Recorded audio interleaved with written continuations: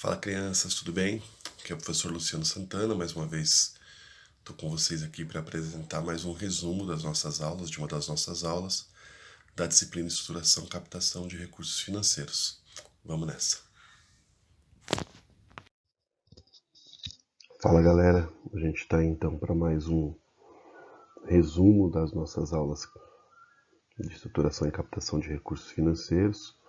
Para acompanhar essa aula, você pode acessar lá no site a aula 3 nos slides, que é o que a gente está utilizando aqui.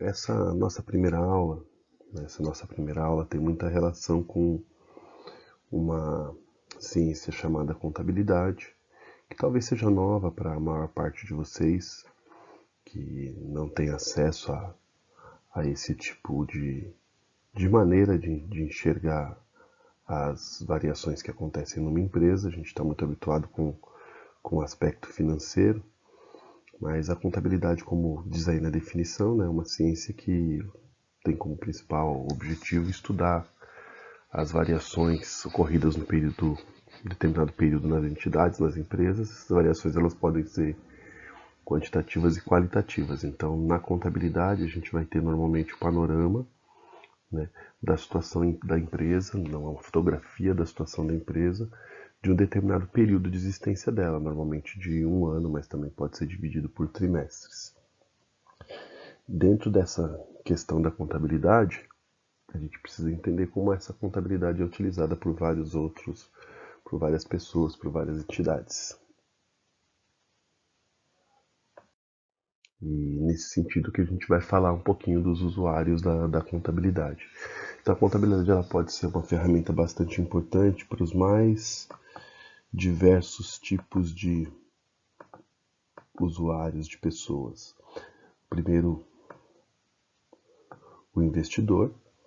A contabilidade ela é uma ferramenta importante para que você possa validar e identificar a saúde financeira de uma empresa, do ponto de vista de você poder querer investir, no caso das sociedades anônimas de capital aberto, em fazer parte dessa empresa, ou comprar ações. Então, é por meio das demonstrações contábeis que os investidores, entre outras ferramentas, se utilizam da contabilidade para poder tomar decisão. Os bancos também podem ser usuários da contabilidade no sentido de utilizar instrumentos da contabilidade para se certificar da concessão de crédito para indivíduos e para empresas, evitando assim ou diminuindo assim os riscos de inadimplência. Então o banco pode, por meio das demonstrações contábeis, verificar a liquidez e a solvência de empresas, permitindo ao banco então analisar o crédito e taxar os juros de maneira adequada para aqueles riscos que ele vai ter em função do que a empresa oferece. Os fornecedores também podem ser usuários da contabilidade de uma empresa, ou seja, você vai vender para uma empresa uma quantidade de recursos ou de matéria-prima. É importante que você verifique dentro das demonstrações contábeis se aquela quantidade de produto ou matéria-prima que ela está adquirindo faz parte da sua rotatividade, da sua atividade normal, e se ela também tem capacidade de efetuar o pagamento nos prazos que você está negociando. É importante. Importante também para quem compra da empresa, para poder analisar a situação que a empresa está vivendo, está enfrentando, e comprar de uma empresa que você acredita que esteja saudável e consiga arcar com aquilo que se comprometeu a prestar de serviço para você ou para entregar de mercadoria e produto, por exemplo, analisando os estoques dessa empresa, como a evolução dos estoques dessa empresa. É importante também para os trabalhadores, para quem trabalha na empresa, ou seja, por meio das demonstrações contábeis, por exemplo, a gente consegue identificar o quão lucrativa a empresa é. Então imagine, por exemplo, uma pessoa que pretende trabalhar num banco E os bancos têm mais ou menos as mesmas taxas salariais, os mesmos benefícios, e uma situação que pode gerar uma tomada de decisão com relação a este ou aquele banco é quanto esse banco paga de bônus, de participação nos lucros, e aí uma análise demonstrativa de resultado do exercício da empresa pode fazer com que você escolha entre um banco que é mais lucrativo, porque assim provavelmente você vai receber um bônus maior, e também para o governo, porque é por meio das demonstrações contábeis que o governo recolhe muitos dos seus tributos, que vão então fazer com que o governo possa arrecadar melhor. Então ele pode, por meio dessa análise, e utiliza das informações da contabilidade para gerar a tributação das empresas. Uma coisa que a gente precisa entender é que existe uma diferença entre a maneira com que o contador enxerga a contabilidade e a maneira com que o administrador enxerga a contabilidade, especial o administrador da área financeira. O contador ele tem uma visão da contabilidade de um regime chamado regime de competência, que a gente vai estudar mais para frente para diferenciar os regimes. Esse regime de competência ele leva em conta muito a questão do evento, muito relacionado com a questão da venda. E o administrador muitas vezes enxerga, normalmente enxerga, do ponto de vista do regime de caixa, que é o caixa da empresa, para determinar se a empresa tem saúde ou não tem saúde financeira. A gente precisa entender que essas duas funções, elas são muito importantes uma para a outra. Em especial, o administrador se usa muito das funções do contador. Eu costumo fazer uma analogia que é bastante simplória, mas é como se o contador fosse o biomédico e o administrador fosse o médico. Então, o biomédico é aquele que faz, de maneira bem resumida, é claro, análises clínicas. Então, por meio dos exames que a gente costuma fazer, os exames de análises clínicas, como o exame de sangue, por exemplo, o biomédico ele emite uma série de relatórios com padrões, e por meio desses padrões de normalidade, dessa escala, o médico determina se a pessoa está saudável ou não está saudável, e vai indicar o tratamento, vai indicar o que a pessoa precisa fazer em virtude desses relatórios que o biomédico apresenta. Eu costumo brincar então que o contador é como se fosse o biomédico e o administrador como se fosse o médico, ou seja, por meio dos relatórios que a contabilidade nos fornece, nós como administradores podemos fazer primeiro o diagnóstico da empresa e com o diagnóstico estabelecer planos de ação para que a empresa seja saudável do ponto de vista administrativo, do ponto de vista financeiro. Então, nós somos extremamente dependentes e gratos também pelo que a contabilidade pode nos ajudar nesse auxílio na compreensão dessas demonstrações contábeis. Então, o administrador se usa dessas informações que a contabilidade passa para a gente.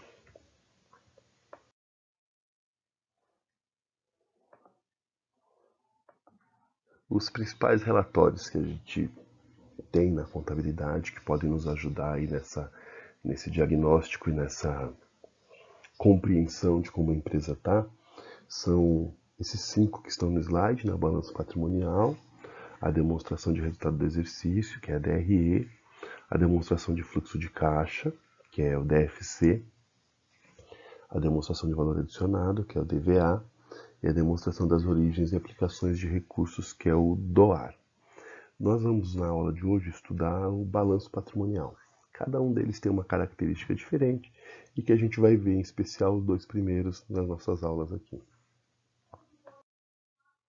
Então, o que é o balanço patrimonial? É uma demonstração, uma fotografia do conjunto de bens, direitos e obrigações que a empresa tem, de bens, direitos e obrigações que são mensuráveis em dinheiro, ou seja, só tenho como determinar ali o valor monetário das coisas, não tenho como determinar outros valores que talvez sejam até mais importantes em alguns sentidos, né, como o valor sentimental e outras coisas, mas tudo precisa ser mensurável financeiramente, mensurável em dinheiro.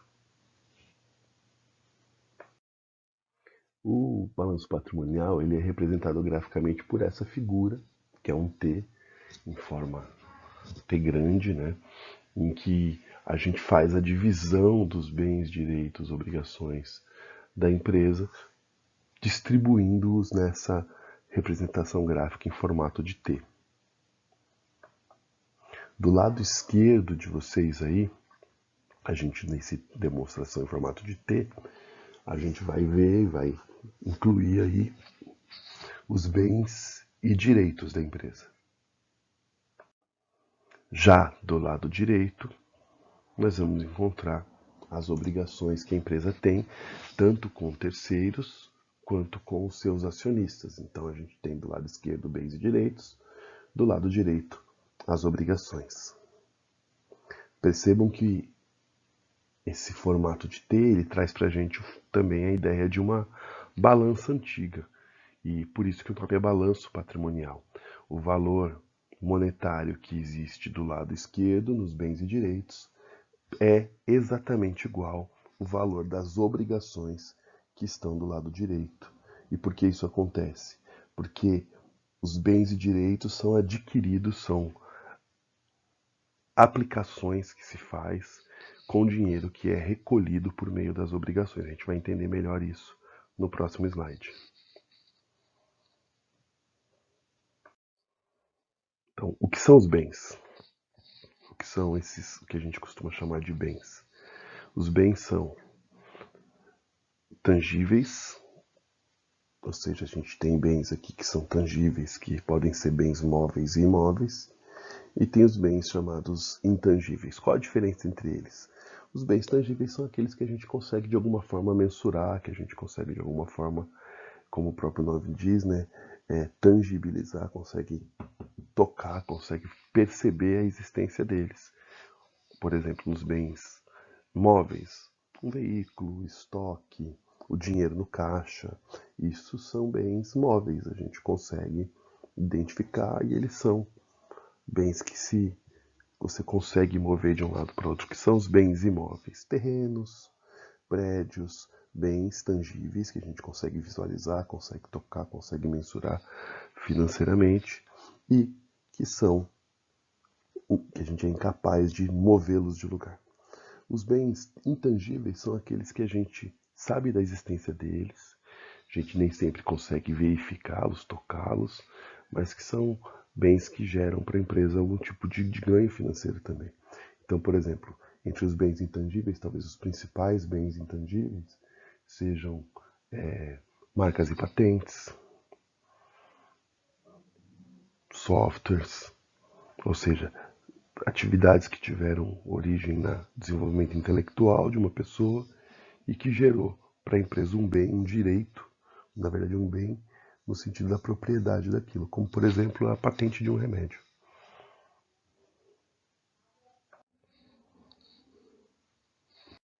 Os direitos dizem respeito, né? Os direitos dizem respeito a o que a empresa tem, o que as pessoas têm, o indivíduo tem, capacidade de exigir de alguma pessoa. Então, no sentido aqui, o que são os direitos? São os valores que a empresa tem a receber.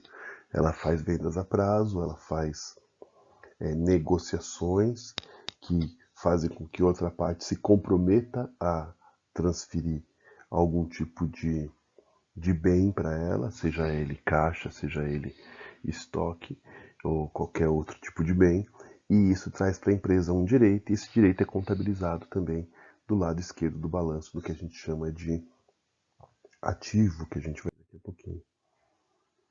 O que são obrigações, né? São dívidas que a empresa tem com outras pessoas e que são chamadas de obrigações exigíveis, ou seja, que precisam ser pagas dessas pessoas. São, na verdade, as fontes de financiamento que a empresa tem, valores que ela tem a pagar para outras pessoas, para trabalhadores, para bancos. Isso são as obrigações da empresa. E a gente tem o patrimônio líquido, que é o patrimônio que pertence aos proprietários, ou seja, é o resultado da subtração dos bens e direitos, menos as obrigações. Então a gente precisa somar os bens e direitos, subtrai as obrigações, que é o que eu tenho para pagar, e aí sobra o patrimônio líquido, que é a minha, entre aspas, obrigação com os proprietários da empresa, que são, lembrem disso, que são pessoas distintas da própria empresa. Então, isso a gente precisa compreender. Então, como é que eu encontro esse patrimônio líquido? O patrimônio líquido é resultado da soma dos bens mais os direitos, menos as obrigações. Isso é o patrimônio líquido. E é por isso que as informações que constam do lado esquerdo do balanço são exatamente, monetariamente falando, exatamente iguais ao que a gente tem do lado direito do balanço. Porque se eu pego as obrigações que estão do lado esquerdo aqui na nossa formulação matemática e jogo para o lado direito, eu somo as obrigações ao patrimônio líquido e tenho bens mais direitos igual a patrimônio líquido, ou seja, obrigações mais patrimônio líquido, que é o que a gente vê aqui. Uma equação do primeiro grau simples, né? Como você resolve a equação do primeiro grau simples. Então, a soma dos bens e direitos é exatamente igual à soma das obrigações mais o patrimônio líquido. É por isso que o que tem de um lado do balanço é exatamente igual ao que tem do outro lado do balanço. É essa a ideia que a gente tem. O que a gente tem do lado esquerdo do balanço, que são os bens e direitos, a gente costuma chamar de ativo. E o que a gente tem do lado esquerdo do balanço, que são as obrigações, né? A gente chama de passivo, mais patrimônio líquido, porque aí a gente tem as obrigações, mais as obrigações com os acionistas, que é o patrimônio líquido. E aí a gente tem a ideia do balanço. Então vamos lá, o que são os ativos? É a aplicação de recursos da empresa, onde a empresa colocou o dinheiro que veio das obrigações e do patrimônio líquido. Então, onde ela investiu esses recursos. E aí ela pode investir em ativos de curto prazo, que são chamados de ativo circulante, em que a gente tem as principais contas, o disponível, clientes ou duplicados a receber, estoques e talvez outros valores a receber. Então, basicamente, o ativo de curto prazo, que são os bens e direitos de curto prazo da empresa, estão divididos de alguma maneira nessas 4 contas, nessas 4 categorias. E a gente tem ainda do lado esquerdo do balanço, nos ativos, o que a gente chama de ativo de longo prazo, que é o não circulante. E as principais contas que a gente tem são realizadas no longo prazo, os investimentos, o imobilizado e o intangível. O que vai determinar se um ativo é de curto ou longo prazo, como o próprio nome diz, é o tempo em que esse ativo demora para se transformar em dinheiro. Então, normalmente, a gente, em contabilidade, considera como curto prazo até 1 ano. Então, tudo que eu normalmente consigo transformar em dinheiro num prazo de até 1 ano, eu chamo de ativo circulante. Quando a gente passa desse período, a gente chama de ativo não circulante. Então, recebimentos de um prazo maior do que 1 ano, que eu tenho para receber em um prazo maior do que 1 ano, provavelmente estarão no realizável no longo prazo, no ativo não circulante. O que for inferior a 1 ano, vão estar aí os valores a receber, é claro que são os direitos, em clientes ou duplicados a receber. Já no passivo, mostra para a gente de onde a empresa financiou os recursos que ela tem à sua disposição, ou seja, de onde ela tirou o dinheiro para poder adquirir os seus bens e direitos. E aí a gente vai ter o passivo dividido em passivo de terceiros, que pode ser de curto prazo ou de longo prazo, circulante ou não circulante, e o passivo próprio, que é o capital próprio, que é o dinheiro vindo dos acionistas da empresa, que é chamado também de não exigível. Vamos lá, a origem dos recursos no que a gente chama de passivo circulante e não circulante. Circulante lembra curto prazo, até 1 ano, não circulante, mais de 1 ano. Salários é um passivo de curto prazo, um passivo circulante. Fornecedores, empréstimos de curto prazo e impostos, normalmente. No não circulante, que é de longo prazo, mais de 1 ano para se efetuar o pagamento, a exigibilidade dele. Então a gente tem o exigível no longo prazo, que é o obrigatório aí da gente pagar no longo prazo. Basicamente esse, como passivo não circulante. e o patrimônio líquido, que aí é capital próprio, não é capital de terceiros. Então, na hora de organizar, então, o que a gente precisa fazer? Pegar essas informações que a gente aprendeu e utilizar esse exemplo. Então, eu dei esse exemplo na aula, a gente não vai fazê-lo aqui em virtude do tempo, mas a gente vai perceber que ao distribuir essas categorias, a gente vai perceber que o que tem do lado esquerdo do balanço vai ser exatamente igual ao que tem do lado direito do balanço. A aula a gente deixou como estudo para que vocês dessem uma olhada, uma analisada nesse balanço patrimonial de uma empresa bastante conhecida. Então você pode utilizar o QR Code para isso. Avalie a aula, então, é importante para a gente também isso. A gente fez na aula online essa atividade 3, se ela ainda estiver disponível você pode fazer, acho que não vai estar mais, mas se tiver fica à vontade, tá? E eu queria desde já agradecer você por ter prestado atenção no que a gente conversou aqui. Peço desculpas porque o vídeo excedeu aí alguns minutinhos do que a gente tinha previamente combinado, mas até o nosso próximo resumo. Um grande abraço.